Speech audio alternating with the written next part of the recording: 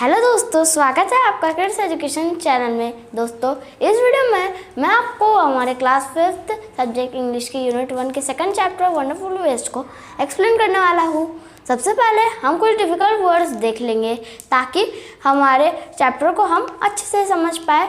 तो फटाफट से बिना देरी के हमारी आज की वीडियो को हम शुरू करते हैं। तो दोस्तों, हम सबसे पहले देखेंगे कुछ डिफ़िकल्ट वर्ड्स।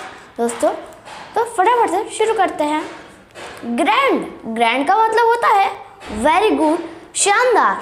कोई बहुत बड़ा काम कर रहा है, कोई अच्छा काम कर रहा है, उसे हम कहते हैं ग्रैंड। ओके, नेक्स्ट डिनर आपको पता है फूड एट नाइट यानी रात के खाने को हम डिनर कहते हैं। एंटर्ड यानी प्रवेश किए, प्रवेश करना, अंदर आना।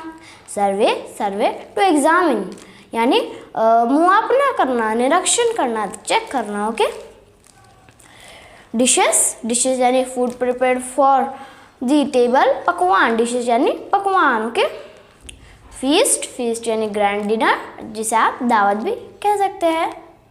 फीस्ट मतलब भोज, ग्रैंड डिनर मतलब दावत। ओके, स्क्रैप्स यानी लेफ्ट ओवर मटेरियल, जो बचा कुचा सामान है। ओके, रिप्लाइड यानी आंसर्ड, जवाब देना।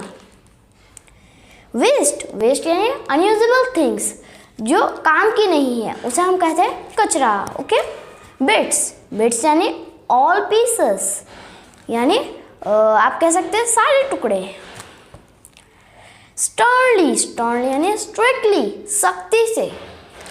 वॉकड अवे यानी वेंट अवे यानी चले गए, चले जाना। तो नेक्स्ट इनफिक्स यानी कंफ्यूज्ड, असमंजस की स्थिति में पड़ जाना। ओके, स्टारिंग यानी लुकिंग यानी लुकिंग कंटिन्यूअसली, घूरते हुए, घूरना। Okay, flight across his mind यानी अचानक से उसके दिमाग में आ गया। स्ट्रिप्स यानी नैरो पीसेस, टुकड़े। ह्यूज यानी वेरी बिग, बहुत बड़ा।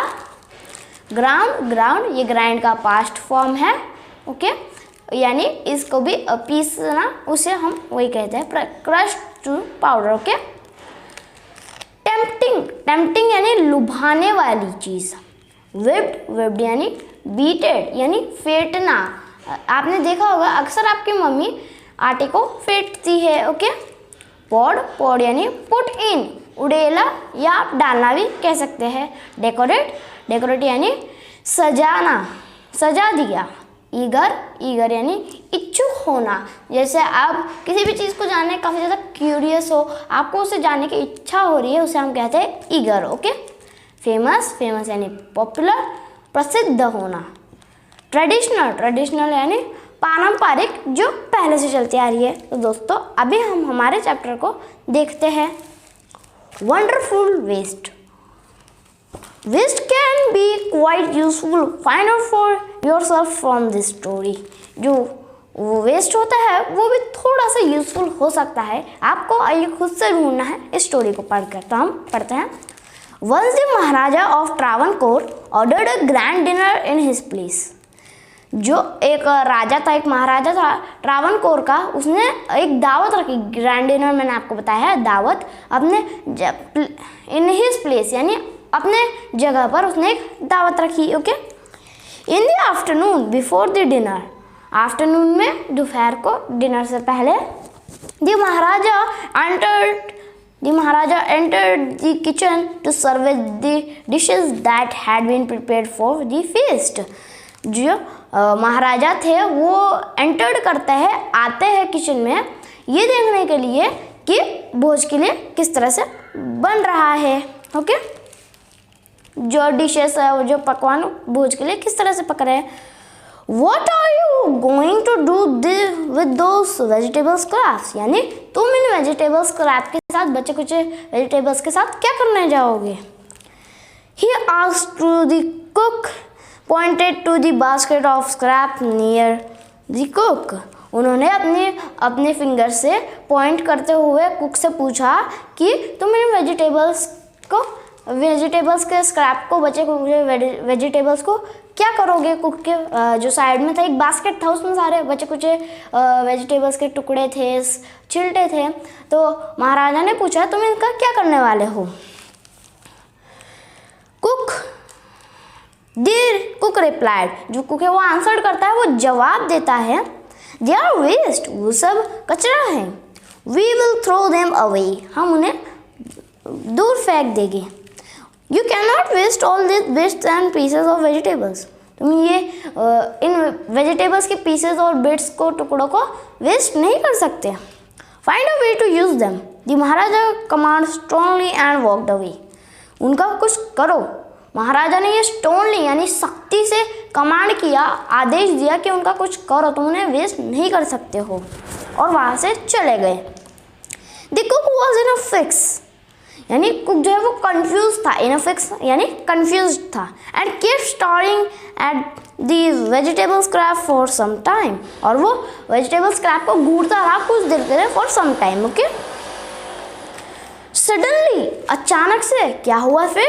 N idea flash across his mind, एक आइडिया उसके दिमाग में फ्लैश अक्रॉस होता है, यानी अचानक से उसके दिमाग में आता है।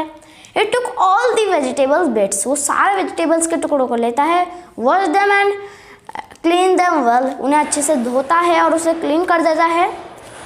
Then he cut them into long strip, और उसके बाद वो उन्हें लॉन्ग जो टुकड़ों में, जो है लंबे टुकड़ों में काटता है।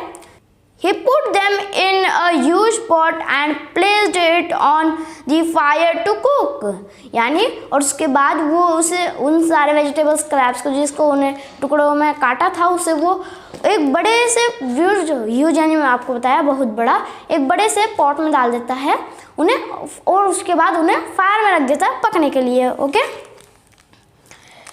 Next he ground some fresh coconut, green chillies and garlic together, और उसके बाद नेक्स्ट यानी बाद में वो जो कुक होता है वो ग्राउंड यानी ग्राइंड करता है, पीसता है कुछ फ्रेश नारियल्स को, ताज़े नारियलों को, ग्रीन चिली यानी हरी मिर्च और गार्लिक यानी लहसुन को टुगेदर साथ में। Okay, he added the paste and some salt to the cooking vegetables, और उसके बाद ये एक पेस्ट बन जाता है, ताज़ा नारियलों को, हरी मिर्च को और लहसुन को उसने मिलाया था, उनका एक पेस्ट उन्हें पेस्ट बना लेता है, और उनको नमक के साथ में जो वेजिटेबल्स उसने पकने को रखी थी उसमें डाल देता है। और tempting smell started coming from the pot, एक जो टेम्पटिंग होती है, काफ़ी लुभाने वाली जो स्मेल होती है वो पॉट से आने लगती है।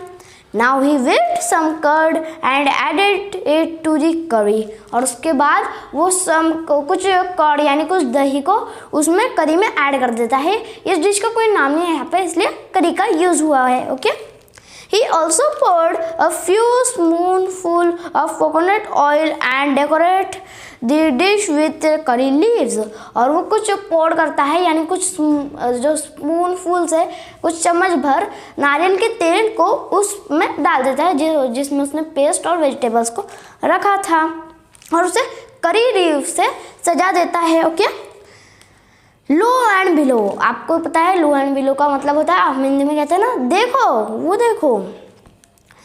The new dish was ready, एक नया पकवान तैयार है।